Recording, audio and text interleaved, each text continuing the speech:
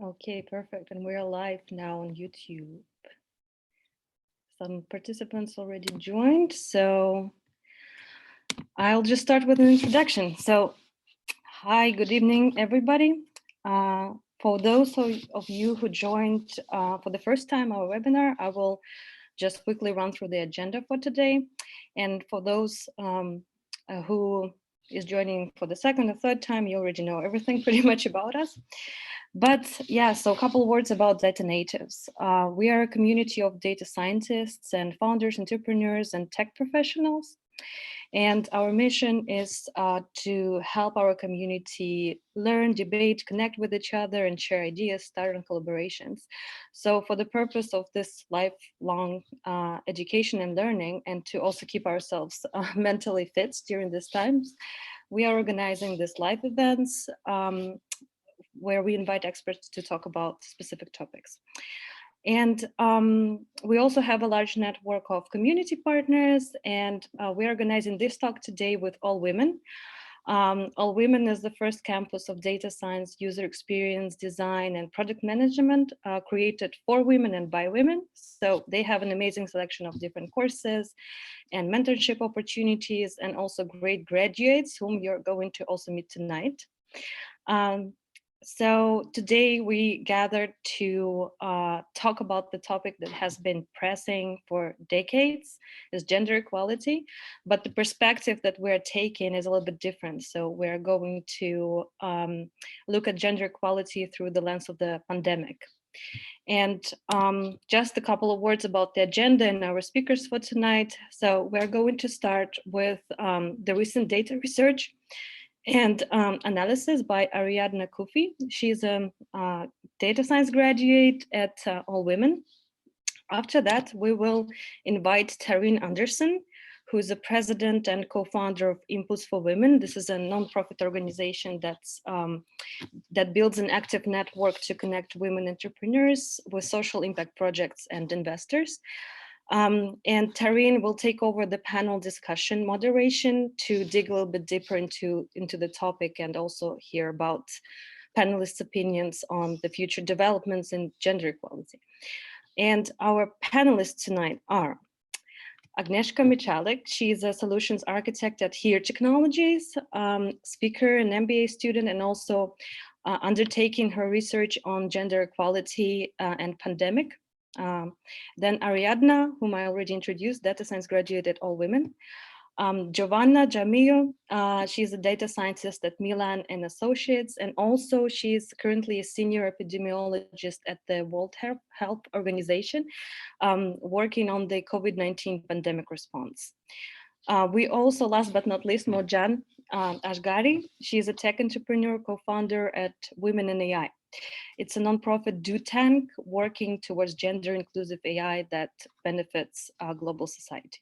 So finally, we will open a discussion for audience to ask your questions. If anyone would like to ask their questions through audio, video, you're welcome to do so. We would appreciate actually a live discussion. But if you're too shy, you can always type your questions in the Q&A section here in Zoom. Or if you're watching live stream on YouTube, just type your question in comments and me and Taryn will go together for your questions. So without further ado, Ariadna, I would like to invite you to take over with your talk. Hello, everyone. I'm just going to share my screen right now. So let me know if you can see it or not. Okay. I mean, can you see it? Yep. Okay, cool. So hello, everyone. As she has already introduced, I'm Ariadna, and I'm going to share the research on COVID-19 impact on gender equality specifically. Why is not working? Okay, perfect. So as you already know, COVID-19 affects everyone and everywhere, but I want you to understand that it affects different groups of people differently, and this is deepening existing inequalities. So in this project, we will look at the impact on gender within 5 different lenses. So first of all, we'll go through health, frontline, economy, politics, and domestic violence. In this graph, we just saw the mortality rate by country and how it spread over time. But I want you to ask yourself, like, what happens when you look at it from a gender perspective? So looking at the data differences between men and women, what we are seeing is that when it comes to the number of cases, we are actually seeing that there's no like a very consistent patterns on or difference whether it's men or women. And there are also like no strong patterns on recovery rates. So the fact that there are equal number of cases being diagnosed in both men and women suggests that it's less about who is likely to get infected and more about who is likely to die. And if you look in this graph over here, you can see that it is very clear that the pattern regarding who is more likely to die is men. So particularly also older men. So if you look in this graph over here, you can see the age distribution among genders, and we see that men is more distributed throughout the age range, whereas women that die tend to be in more like elderly conditions. So one thing that surprised me when I was doing in this research was that we have seen that men are dying more than women, but when you look actually to like how long it takes to die, men take more time to die than women. And when you look at the men who are recovering, they are also recovering faster than women do. So it is very hard to define why men are dying more than women, and especially now that we are in a very early stage of the pandemic. But we are starting to see some patterns. And if you look at this graph over here, you see that around 70% of the people who are hospitalized had at least one underlying health condition. And from those underlying conditions that are more correlated to COVID-19, such as stroke, heart disease, diabetes, you can see that men are the ones more likely to have them. And in multiple studies, this is related to social behavior, such as, so if you actually look at the data over here, you can see that men tend to consume more alcohol and tobacco than women. So the coronavirus pandemic is particularly primed with women who are on the front line, giving care and services to all of us. And that then puts them on like a disproportional risk of being infected themselves.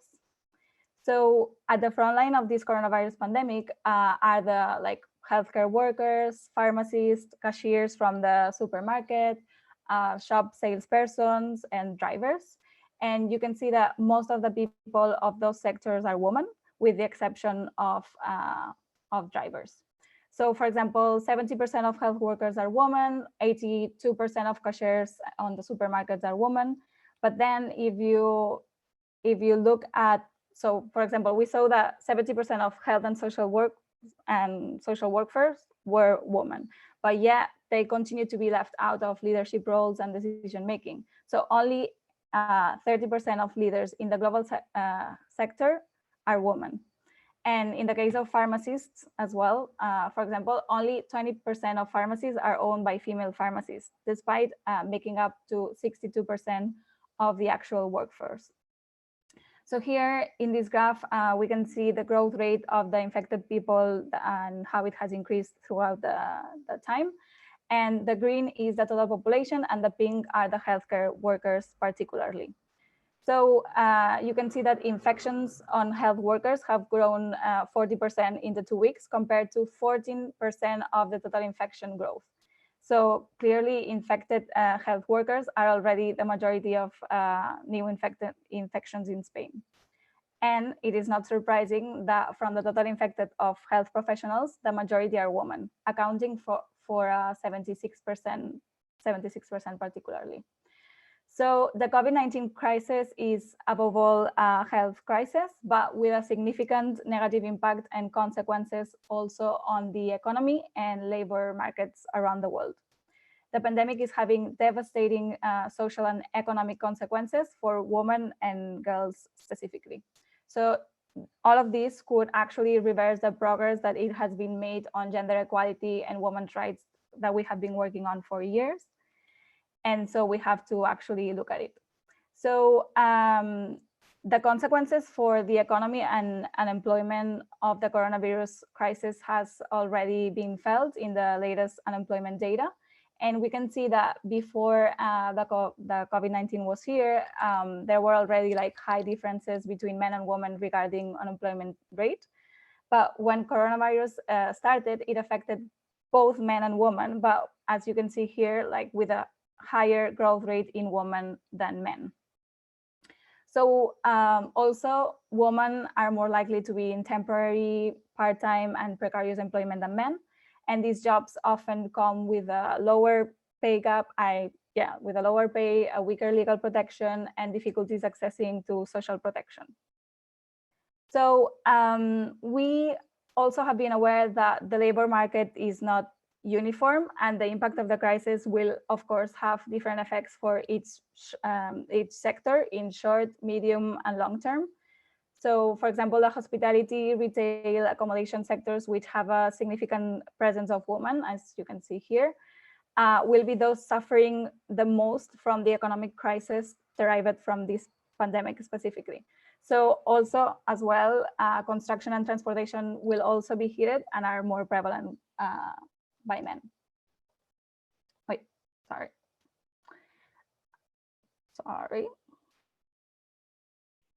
Okay.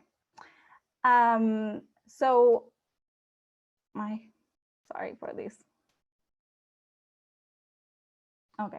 So we know that domestic violence has always been there, and we also know that it happens in their home. So what happens when you like shut everyone in their homes, and maybe like people have economic insecurity and they are worried and they fear about being infected. So it's not surprising that people are like more nervous and stuff. And then it's not surprising that there's an increase in domestic violence during the lockdown period.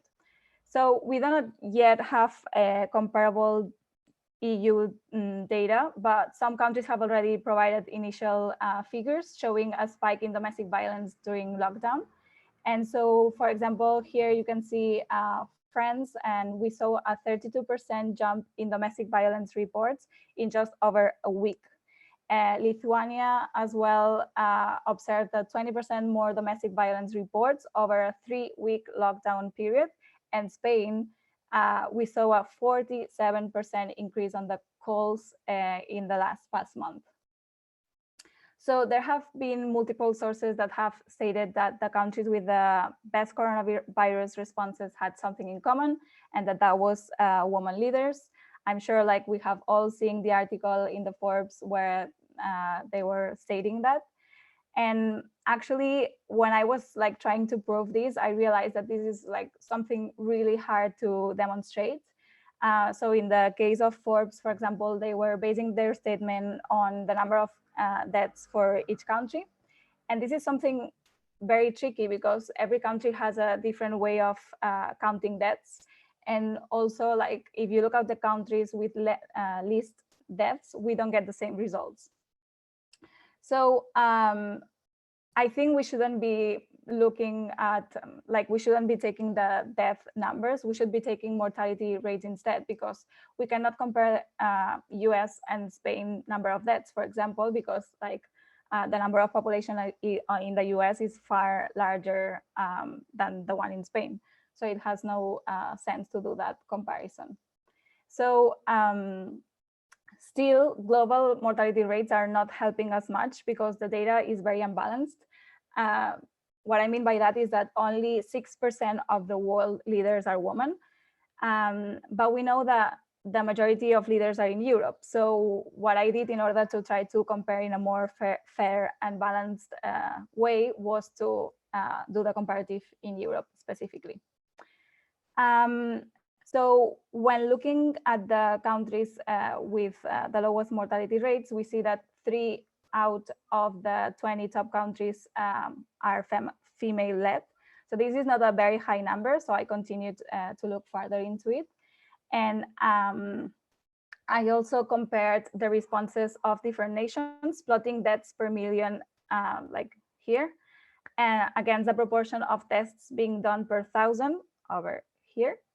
And in my opinion, would be like the clearest way to measure government response. And actually what I saw with that was that we can see that few countries with female leaders have high coronavirus death rates, and that 5 of the top 10 countries are female-led, so Iceland, New Zealand, Denmark, Estonia, and Belgium.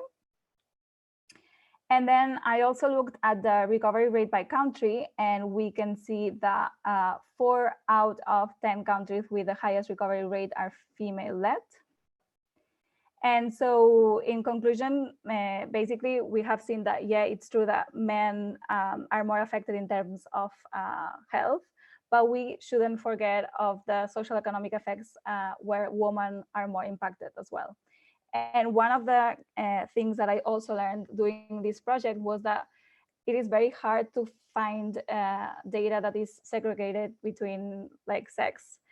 We are not seeing consistent sex-related data being published, and it makes it really hard to actually like look at it and take insights from it.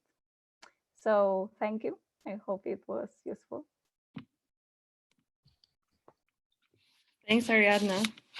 Very interesting insights, and I think we have like now lots of data to work through during the panel discussion.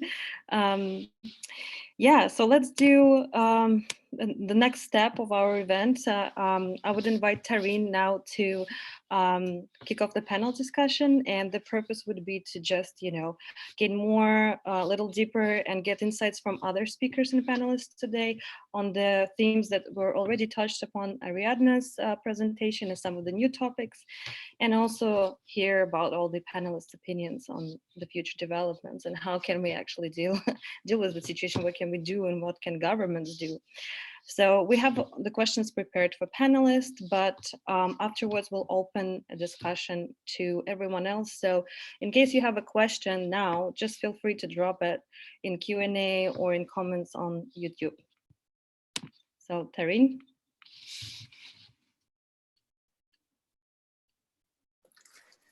Thank you. So thank you very much, Ariadna, for your presentation. It was very interesting. And please, could you all tell us a little bit more about the work or why do you think gender equality should be one of the main concerns of society now? Agnieszka, please. Hi everyone, I'm Agnieszka. I live in Berlin, in Germany, and I have graduated from the Faculty of Computer Science. And this is where my experience of gender inequality actually started, where I was one girl out of 20, making 10% of all the students studying the computer science. And while progressing my career for many years, 70 years now, I have seen less and less women in the room, on the meetings and on technical discussions. But more importantly, I have seen less and less women making decisions. So I noticed maybe not a large group, but some group of female technical employees, programmers. I used to be a programmer, now I am a solution architect, so programmers, coders, testers, very technical female employees. But unfortunately, the highest leadership levels in the corporations for which I have been working, I've worked for Nokia in Germany. I am working now for Here Technologies, which is a company that used to be part of Nokia.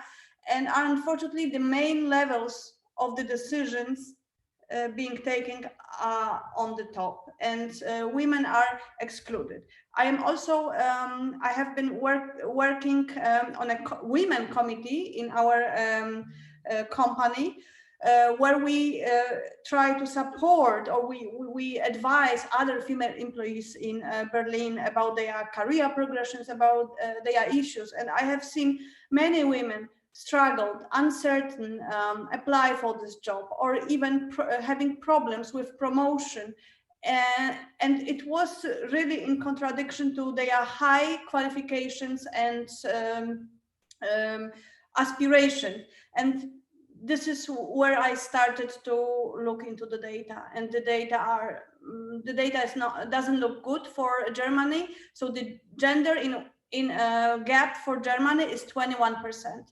So on average, a statistical German woman earns 20% less than a man. And with this numeric statement, I would like to pass the voice to next speaker. Thank you. Yes, please. Thank you very much. Giovanna? Hey, thank you. I'm Giovanna Jaramillo Gutierrez. So I'm based normally in Barcelona.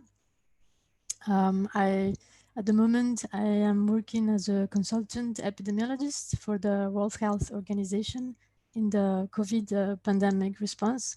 I'm a field epidemiologist. Mostly my work is in emerging or re-emerging diseases like Ebola, plague, pandemic flu, very nice bugs.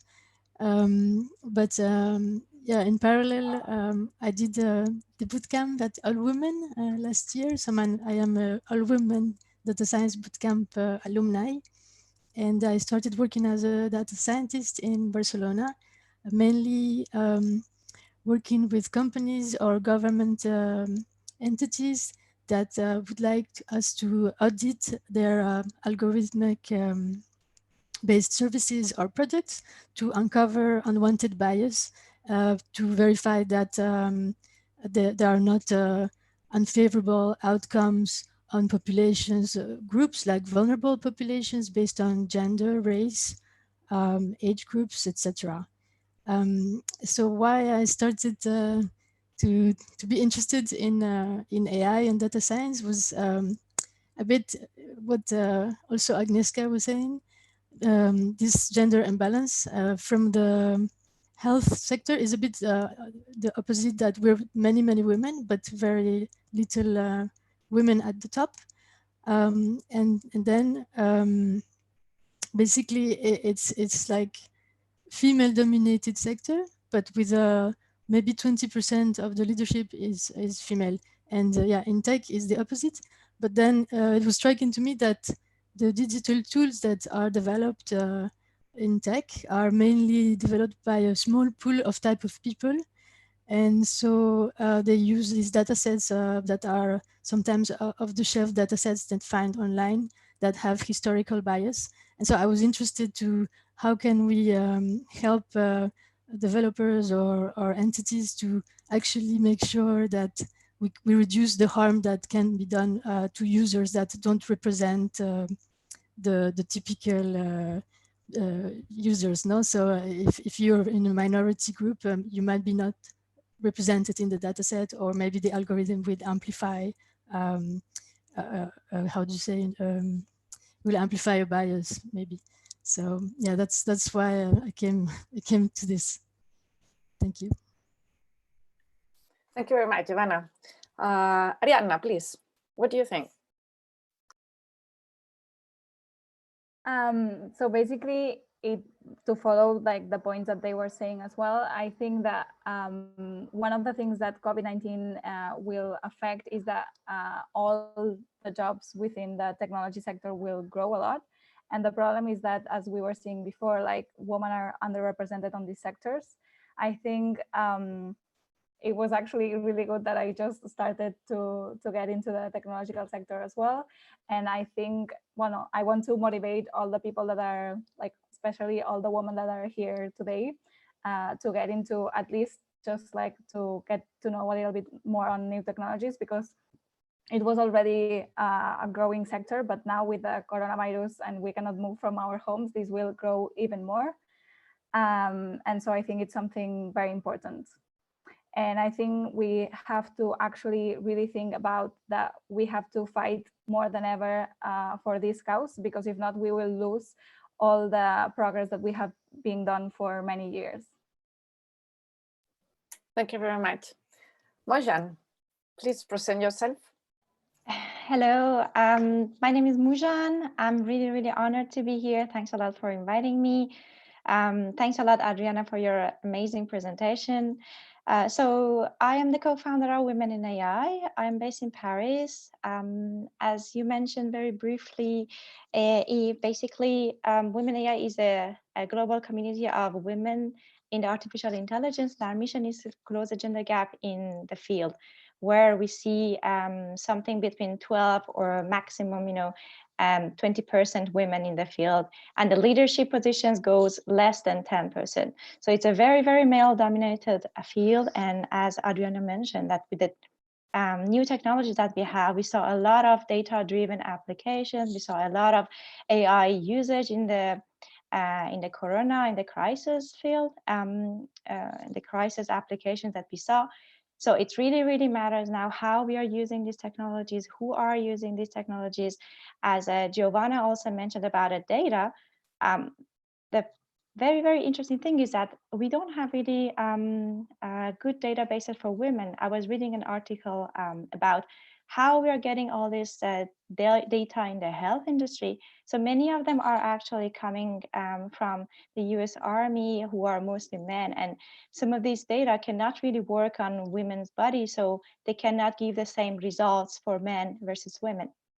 With regards of the question that why it is very important these times, as also again Adriana mentioned it in her great presentation, we saw that at least most of the leaders in the countries, they had been, who were women, they could, manage the situations very well. And in my point of view, I think we are now in a time that we need a lot of social cohesion. We need a lot of, skills and qualities that women have. And I think that this is very important to get involved more women in these leadership positions, and at least having them as a consultant. So far, we don't have maybe that many women in the leadership position, but I think it is very essential to have these skills and competencies in this crisis. Thank you very much, Mayan. Okay, the World Economic Forum stated that the gender gap in economic equality is 257 years away. So, Ariadna, how do you think COVID-19 will impact gender equality debate from a standard point of research that you're doing? Well, I think basically we have to also take into account that COVID-19 is affecting everyone, not only women, but like as we saw, for example, in terms of health, it's affecting more men than women. But we also have to think in the everyday. So what is the impact on people's lives on a day-to-day? It's about also understanding the politics within the outbreaks. And I think people are just starting to realize that we don't just need to know who is being infected and how to develop a vaccine, which of course those two are super vital, but we also need to know how this matters in societies and people's behaviors. And as we have seen in the previous research, this is impacting more men than women, and this will only make it slower to get into the point of equality that we want to get. Thank you very much. And Giovanna, from a standpoint of view of an epidemiologist or public health worker involved in the COVID-19 pandemic, could you share your thoughts on the impact this pandemic will have on gender equality? Thank you. Thank you, Ariana, for the presentation. That actually really illustrates really well all the different impacts. From the public health worker perspective, so as it was mentioned before, 70% of the healthcare workforce is actually female. So for a sector that has so many women involved, and the leadership is really mainly men, because it's on average 20% are men in the leadership. That means that the people in the front line are mainly women. and then they have a higher rate of infection because they are being exposed, not only in the workplace, if they are healthcare workers, or all the other occupations now that were mentioned in the presentation, mainly held by women, but also because they are often the carers in the family. They are also the ones that actually are exposed at home because they will be taking care of the children and the elderly. And not only that puts them at higher risk of contracting the infection, but also it means that if they care for family, they are not working in a paid job. So this also needs to be acknowledged somehow and recorded, because most of the unpaid work is done by women. Then from the point of view of our outbreaks, it is documented in past outbreaks that mainly women, because of their healthcare role, are mainly impacted. But something that is not talked too much about, but needs also to be documented, is the fact that we have indirect effects of COVID, the pandemic, is that because people are forced to be in lockdown. For example, if you're a pregnant woman and you cannot go to your antenatal screening, or if you don't have access to reproductive health, this has an impact that is not recorded as due to COVID, because the data is not classified as such. But this has an impact that needs to be taken into account. Then I had another point. Yes, this is an interesting one, is that many of the academics working in health are women scientists. And because they have to work from home and they are mainly the ones responsible for childcare, it's been shown that they are publishing less papers, which means that for an academic career, this will have an impact on the long-term progression of their careers. So that's just another example where, yeah, women are more impacted than men. Yeah. Over. Very interesting. Thank you very much. So, Mojan, you are advocating for women's empowerment and entrepreneurship in IA. How do you think the pandemic will affect female entrepreneurship in the tech industry? Yes, Taryn, thanks for the question. So we were also discussing this before. Basically, the effects, according to some reports that I actually came across with, one report by UN, another one was a survey by 500 startups, and they were basically saying that the effects on women entrepreneurs compared to men were very unproportionate. Basically, women were more impacted by the crisis than men. And the analysis towards that was basically due to few factors that we see and we have it so far. We also discussed about, for example, the low wage. So women earn less money. Historically, they have been, for example, earning less money. Imagine a female entrepreneur who had been working before in a company. Now that she has started her company, so she has less capital, so she also has less saving in her accounts, and also the access to financial resources are much lower for women entrepreneurs than men. All in all, and as Giovanna also mentioned, women are caretakers. They are working at home, they are taking care of children, so this is a double full-time job for them in the times of crisis. On one hand, they need to deal with the crisis that any entrepreneur in the world would normally face, with lack of revenues, shrinks in their profits, but at the same time they also need to work with the full-time job they have at home, which is their family.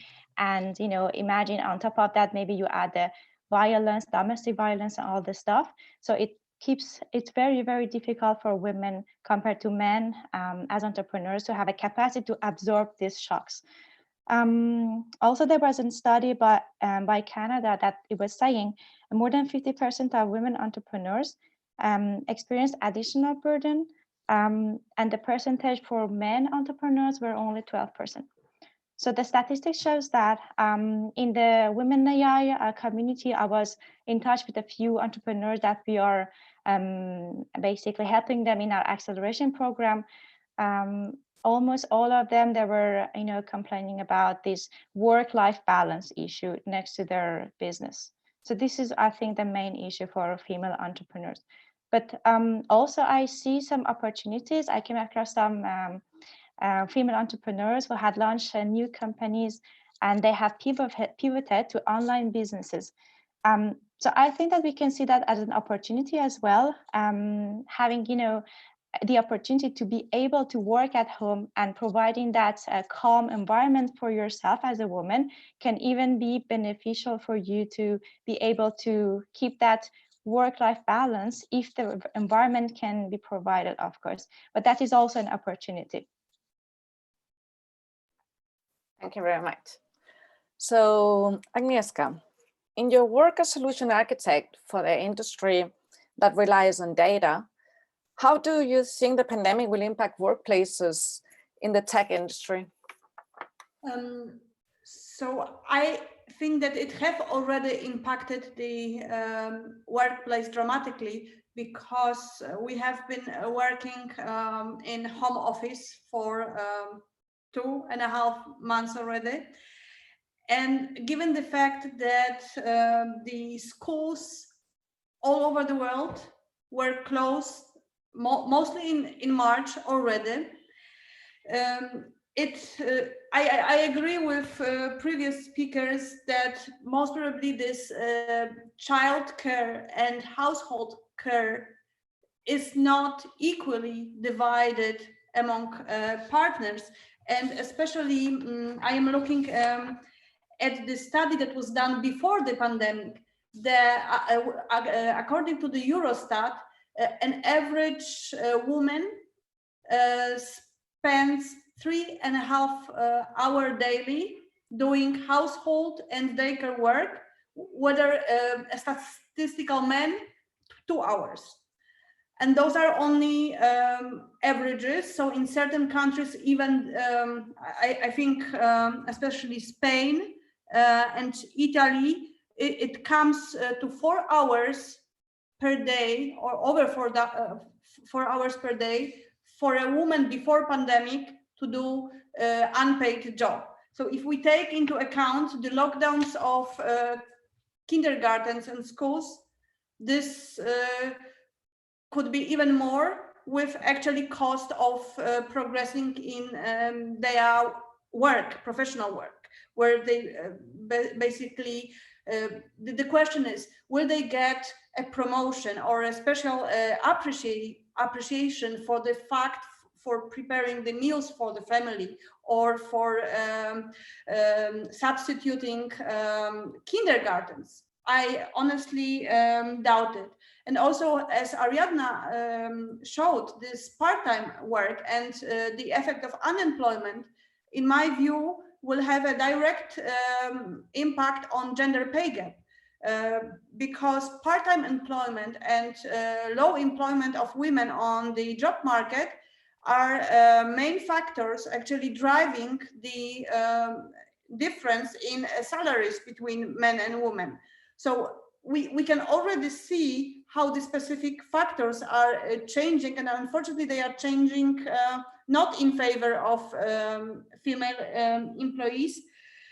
And as well as it was mentioned before, if we imagine that majority of the decisions that are being taken are made by men, and they affect men and women, we can also expect that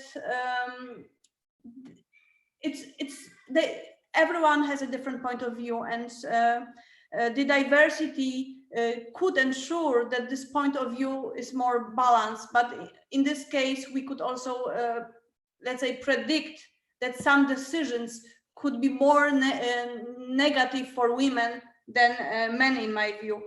And just to finish, about the female leaders and male leaders, I believe it's a very complex problem to say which leaders are playing better in the pandemic. but the studies show that overconfidence bias, so basically, the certainty of being smart and wiser than others without necessarily relying on the facts, is stronger, this bias, with men. This is according to the studies. So it could be that female leaders actually rely more on data rather than rely on their own confidence when making decision. And there have been already studies around this phenomenon prior to the pandemic, but maybe this could also, sort of explain, if this is true, that female leaders play a better role in controlling the impact of pandemic. And I think this is all I wanted to say, and in general I would see that impact would be rather more negative on women, as they are unequal to men, but it doesn't exclude obviously new opportunities or something that could be for any innovation, right, in those times. Thank you. Thank you very much, Agnieszka. So now we got a question for Arianna, Giovanna, and Agnieszka. As data scientists and researchers on gender equality and pandemics, could you please share the biggest challenges you're facing when gathering data and drawing insights from the data? How should data scientists leverage data for governments and policymakers to address vulnerabilities correctly? Should I go ahead or do you? Sure. Yeah. Okay, I think when I was doing this project, two of my main challenges were two things. So one thing is like the gathering of the data, and the other thing is about the exposure of the data of itself. So for the gathering, it was really hard for me to find sex disaggregated data. So all the data from COVID-19 was global. So actually finding these data sets that had this difference was hard. And I think it should be something that should be included in all the data sets because it's not that hard. And also I think the exposure of the data itself, we all see the news every day. We all know about the new cases, the new deaths, the recovery rates. We all know this data, but we rarely see in the news the actual differences that is having on the gender equality.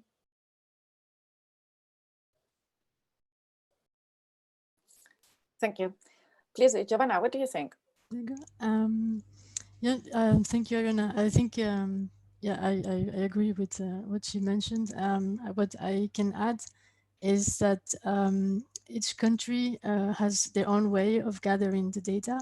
Often that data is gathered, like age and gender, but depending on the data protection laws of the country, that data remains at the local level. Let's say in the regional level, it doesn't go up to the central level. So let's say if it's Germany, like Berlin wouldn't have access, for example, to that data. So the data exists, it's collected, but often depending on the country's laws, it's not available to the central level. So often what happens is the data is reported as aggregated, which makes things complicated to actually understand differences. As it's been mentioned, historically in medical research, most studies like clinical trials for drugs and vaccines have been done in basically with Caucasian men. Historically, it's not so far away that it was not even really recognized. Actually, a lot of drugs are designed mainly for this type of person, would not actually work for different ethnicities or for women if the women were not represented in the cohort that was used to do the study. So this is something historical that we have to be aware of in health. Then for the second thing I wanted to mention, there is a tension between the, I mean, for Europe it's GDPR, the data privacy concerns of citizens and the use of the data for disease surveillance. So this makes it a bit complicated because we're not talking about an item for a retailer. We're talking about health and health data and protective attributes such as sex and gender, ethnicity, etc., are considered protected. So it is difficult to share, basically. So one of the challenges is that, for example, in my work as a data scientist, that when we are asked to audit these apps or algorithms that actually have a high stake, meaning that they will have an impact on a vulnerable group. If let's say the app does not collect gender and age and ethnicity, I cannot test it for these vulnerable groups if the accuracy of the algorithm is different than for everyone. So there is a tension, and I think it also comes from the fact that it's very difficult for policymakers to also understand, like I'm talking especially in the tech world, the intricacies of how a model is built and how it can make it worse for the outcome for certain vulnerable populations. So we tend to be cautious and dissuade collection of this data that is gender, like age, etc. But at the same time, you do need it to make sure you're not having unwanted bias now. And yeah, so that's basically considerations to have in mind, that data in the health sector is highly regulated and protected, and these are also why it's difficult to get this data. So thank you. Thank you very much, Giovanna. Please, Agnieszka, what do you think? So just to add to this already long list, I would like to say from the perspective of companies, I think that there is lack of transparency, and at least what I observe in my corporation, that there is unwillingness to share information. So we see, as Giovanna already mentioned, aggregated data on very high level, and sometimes even not the whole picture, but just single pieces of the story that are, you know, somehow maybe signaling a problem, but still not showing the full picture. When I was doing my research about gender pay gap in Europe, I tried to find information about employment of women on similar positions as men with their salaries, and I failed. I eventually needed to use aggregated data where I don't have information about the qualifications, years of experience for about particular employees, which makes the picture not fully authentic. And also it can happen, I'm sorry, it's my children. It can happen that it is used as an excuse. As an example, I can give an example of Germany, where the gender pay gap is very high, one of the highest in Europe, the unadjusted one, so the one that doesn't talk about the factors that drive it. And Eurostat made a research looking for factors driving the gender pay gap. And in that way, it was explained that Germany has the highest explained part of the gender pay gaps. It means that the factors are known, and the politicians use this as an excuse because they said, okay, the employment of women is low. There are many women working in part-time, but if we take those factors out, the actual gender pay gap in Germany is only 6%, so we are good. Which I would actually say that it's not true, but people are playing then in media with numbers and looking for explanations. And I think the problem is that we don't have access to the data, and that also politicians should have access to the data or to the analysis, to the outcomes of the analysis that, in my view, they are not using, at least in Germany, to making new policies or laws. And sorry for the background noises. Thank you very much. It was very interesting. Okay, just Mojan, we will start with you. What kind of challenges not only women, but also men can be facing in the light of gender equality and the pandemic?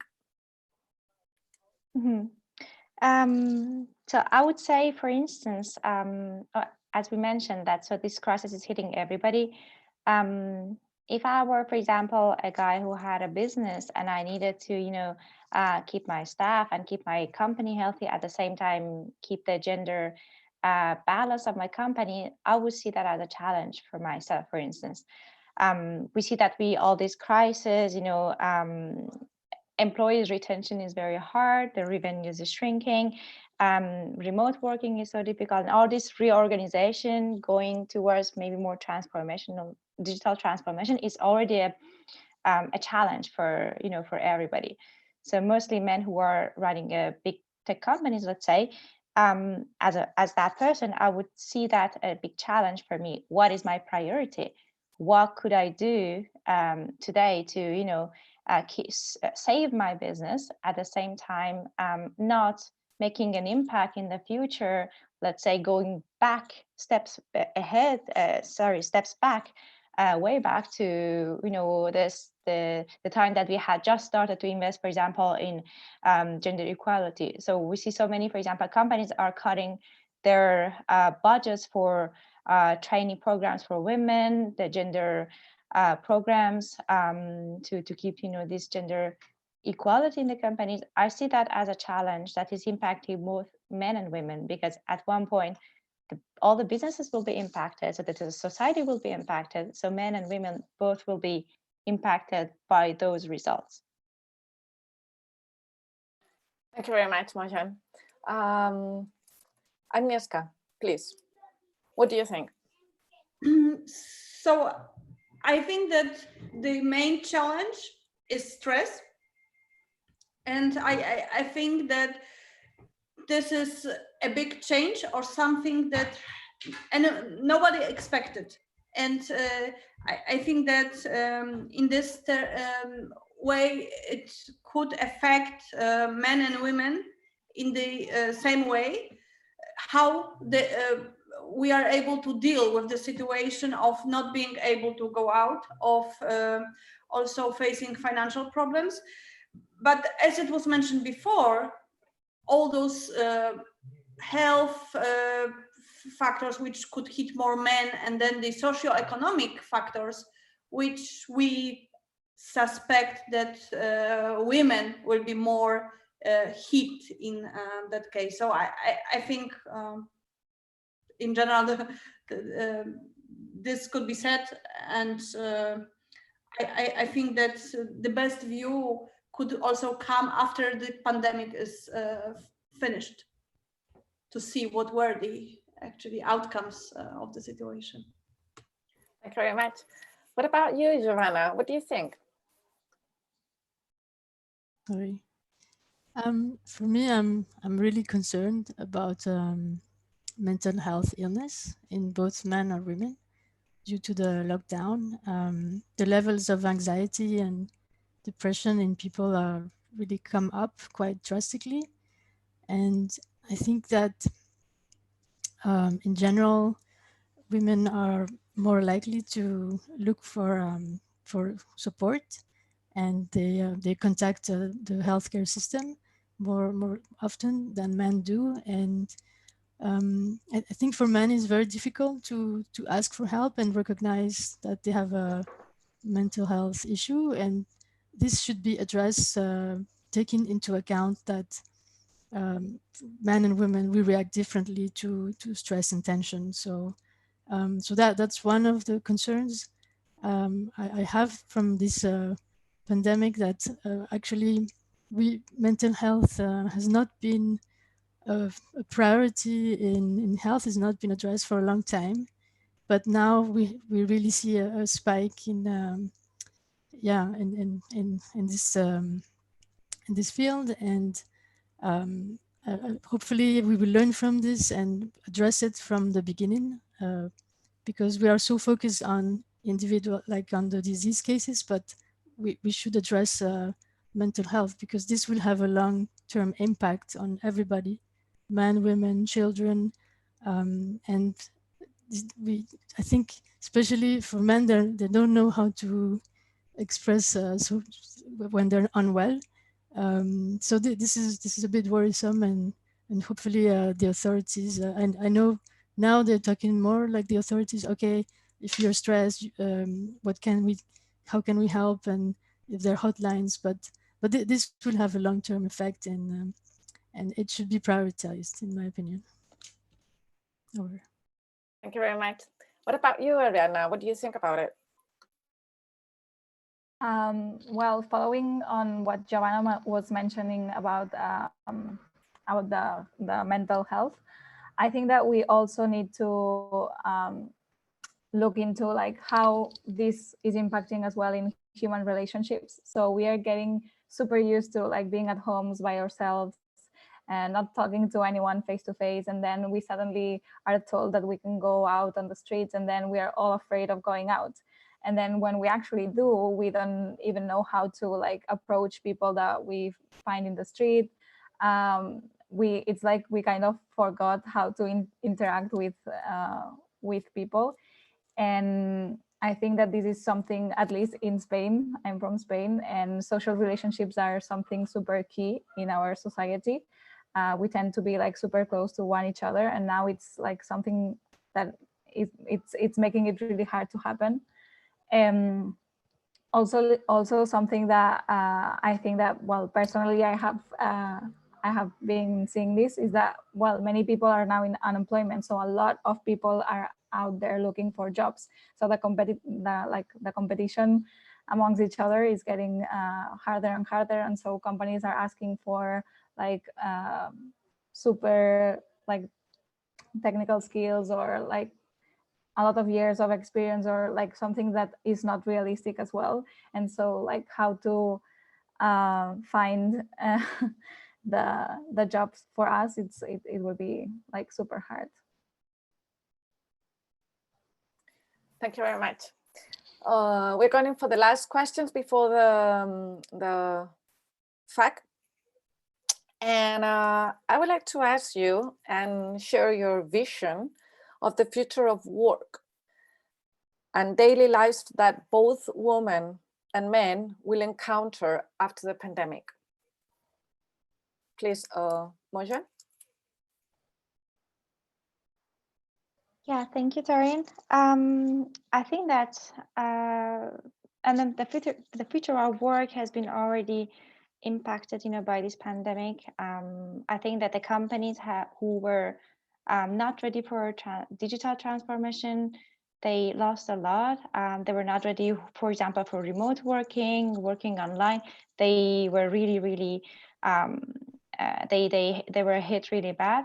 I was actually listening to a podcast like a few weeks ago from Harvard. It was talking about why not, planning what we're doing by the future. So it's this sort of, future reverse planning, basically building organizations with a new reality, which is by looking at the future. So I think that my vision for what we do and what we learned from this pandemic is that we were so much into our past and trying to predict the future and then executing them at the present moment, that we were really not ready for this crisis. And the lesson to learn is that having in mind what is the future that we want to have, and trying to reverse back the planning with that vision. Thank you very much. Agnieszka, what do you think about it? So I think that the pandemic is already changing Germany. where the culture of presence has been very strong in the past. It means that to work, it really means to go to the office and sit there through the working hours. You could hear jokes about some offices making hours according to the schedule, even though they didn't have any work, you know, they just needed to sit there for 1 hour. And in this way, I think this will be a positive change for Germany, because home office will be an accepted way of working, which wasn't before the pandemic. In the same time, the concept of remote learning, which is a brand new idea in Germany, and at least my subjective view on this is that they still have a lot of things to improve. So this hasn't succeeded so much, but still the need for development of learning platforms, of remote learning services increase.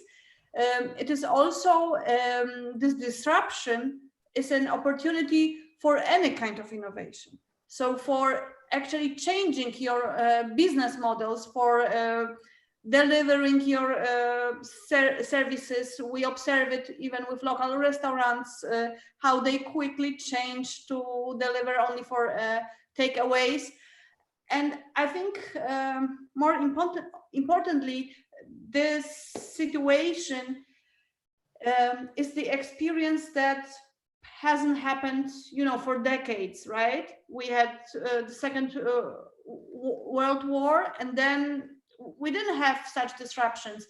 But with the climate change, and I think that there are chances that this is a preparation for maybe events that could come in future, and in this way we will be better prepared, and we don't have to necessarily plan our vacation on Bahamas. I mean, it's still okay to go to a forest in your vicinity, you know. So maybe we will always also reflect on our relationships, what is important, you know, how we don't have to rush all the time, travel by airplanes, which is unfriendly to the environment. And in this way, I see it as the positive awakening effect to the humankind. Thank you very much, Agnieszka. What do you think about it, Ariadna? It's in minute. So basically, one of the things that I think it's impacting is that like the automation. Coronavirus has caused an acceleration of some labor trends, which also like it could risk some of the people's jobs as well. But we are also like starting to see like how can we be more effective, because we were just put it on that situation. Also, I think like some of the companies were like not letting their workers to do like work from home or like flexible hours, and now it has been proven, like there was actually a research that was saying that actually workers now are being more productive and that they actually work more hours than when they were at the office. So I guess like a new culture of like working from home and being more flexible within your workers is something that they should take into account, but also like having in mind these like work-life balance. I also think that we have been valuing a lot more like how good it is to have like the co-workers next to us and like the environment of being in an office. So maybe like companies will have to rethink more on like this importance on like work environment and so on. Thank you. Giovanna, your turn, please. Yeah, thank you. Yeah, I like what everyone said. I'm also smiling because that's what I think too. Just to add, like for me, I really hope that this is kind of a wake-up call, and we can maybe rethink our priorities as a society and have companies that are more human-centric with more empathy values. I've seen a great wave of solidarity from a lot of people, like governments, companies, that actually stopped doing what they were doing to, for example, produce masks or help reshuffle their workers to do like a drop off of food. So I've seen a great deal of solidarity among the citizens and organizations, and yeah, I do think that there won't be back to normal. I think there's a new normal, and people maybe will be more aware. And so, like as everybody said before, yeah, maybe before it was not so acceptable to work from home, but now we can see that it still can work. So I'm also smiling because I have male colleagues that work from home with the children, and maybe they don't want to go back to the office because they actually enjoy it. So it can be both ways. But yeah, I think more empathy. Yeah. Thank you very much. Now we're gonna move on to the questions and answers. And please, Eugene. Thanks so much, everyone. Thanks, Tarine, for moderating the session, and Mojan, Agnieszka, Ariadna, Giovanna for providing this extensive answers. Now we're a little bit over time, but it's a deep topic anyway. So let's jump into the questions that we already got. Some of the people wrote them down in chat and in Q&A here, so we'll do that first. And others, if there is anyone who would like to ask their questions with an audio, please raise your hand. So on Zoom, you can do that. There is a button to do that in between Q&A and chat. So please do that, and then I can just turn on your microphone. So we have a question from Susana Mendoza Soriano to everyone on all panelists.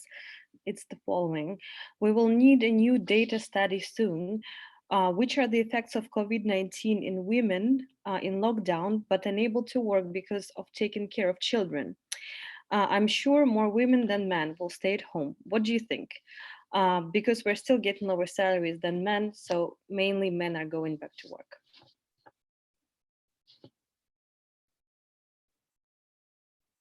So I can take it. So for Germany, 100%. I mean, everyone. I guess I just shortly say, and then if anyone wants to add. So for Germany, it's 100% true. Women are already working more often part-time to take care of the children because they earn less, and this impact, in my view, will be even bigger because of the pandemic. And I think that unemployment and part-time will hit women more than men, and I agree. Anyone else would like to contribute to answering the question? I would add also just one add point. I mean, I agree. I think that there's everywhere the same, as Agnieszka said, in France the same. I think that I was reading today about this virtual platform that and virtual economy, virtual goods and everything, and then how it is actually changing the way that we are trading goods, we are working. And it was talking about this crisis in COVID and how we could maybe change the way that we're working towards more virtual ways. So maybe, as we mentioned, when men go out and they earn more, that is maybe making more sense for the whole family. But the woman who stays at home could maybe work online and, you know, using these available new technologies. Of course, if they have been onboarded and they have the capacity to do it, they could, you know, help the family as well, or already starting with all these e-learning courses that they could learn some new skills that they can later benefit from it. I would suggest this. Thank you. Okay, so if no one wants to add anything more, we have another one from Cecilia Sam to everyone as well, all speakers. She says, I think it's fairly agreeable that COVID-19 impacts women more than men, by far more. So what concrete and actionable things can we do now and in the future, given this data that we have at hand?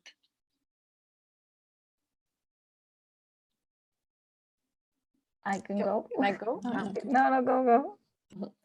Go Well, back. actually, as Impulse for Women, that I'm connecting females entrepreneurs with investors, and we are started in 2018. So we have a little bit more experience about that. It's a matter of time that until females didn't get conscious that they have so much power, that there's so much collaborative, they didn't started to work all of them together. Okay, female is looking for community, and it's our turn to all of us to make a call out to the other ones and ask them for this data, because it's true that we are not the same equilibrium as the males on the leadership positions, but we are in leadership positions, and it's our turn when we are over there to tell the other ones what is going on, to try to push them up. Thank you.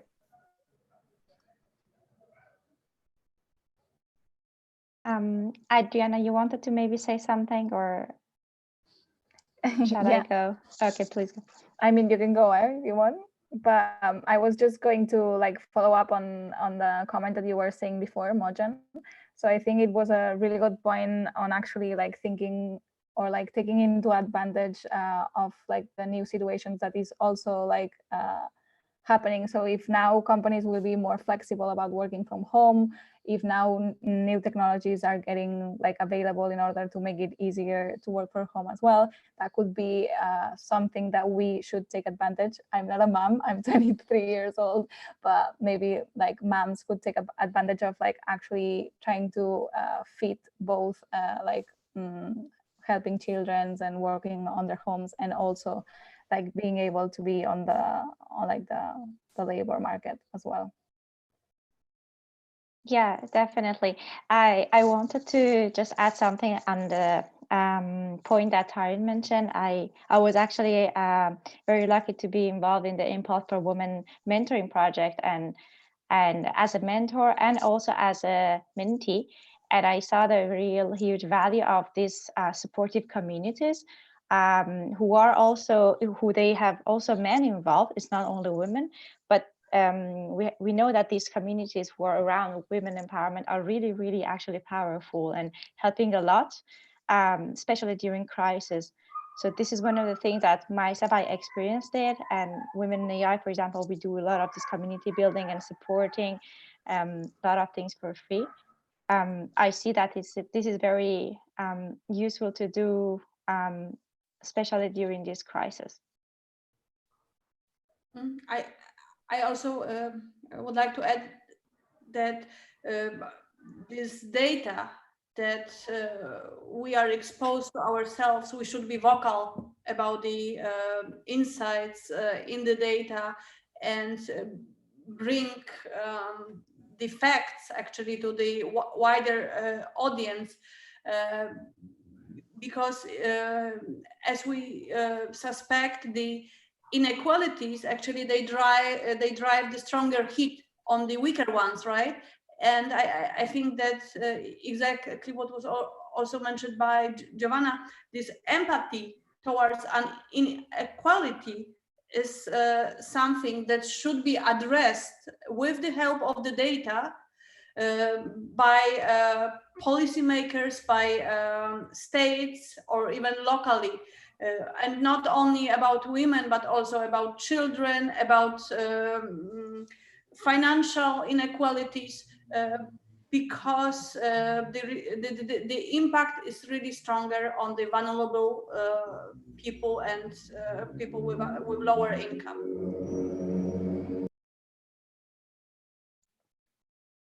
Thanks so much.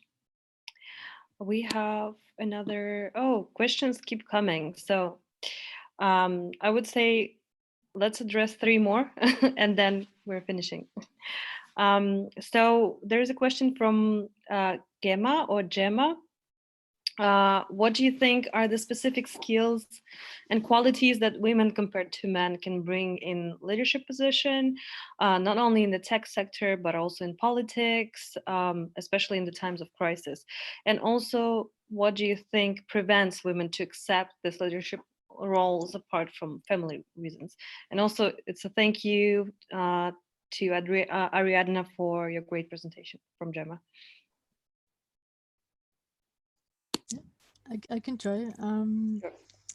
So basically, in my experience in the health sector, and of course, personalities change, and it's not always about gender, but whenever I had really high-level women leaders, I experienced that they are very collaborative, and they are very good at listening and to everybody's opinion. And so I think women, we like to collaborate a lot. We like to discuss, and it's an inclusive style of management. And I'm not saying that all the women leaders are like that, but this is just something I've noticed.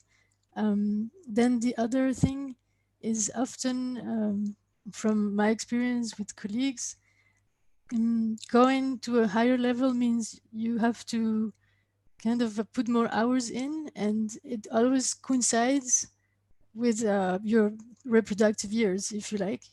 So it's like, for example, I had a child in 2016, and yeah, I mean, that kind of disrupted, if you like, the career progression, because you know, you kind of, your mind is focused on your child, and your brain changes. So I mean, you could do both, but there is definitely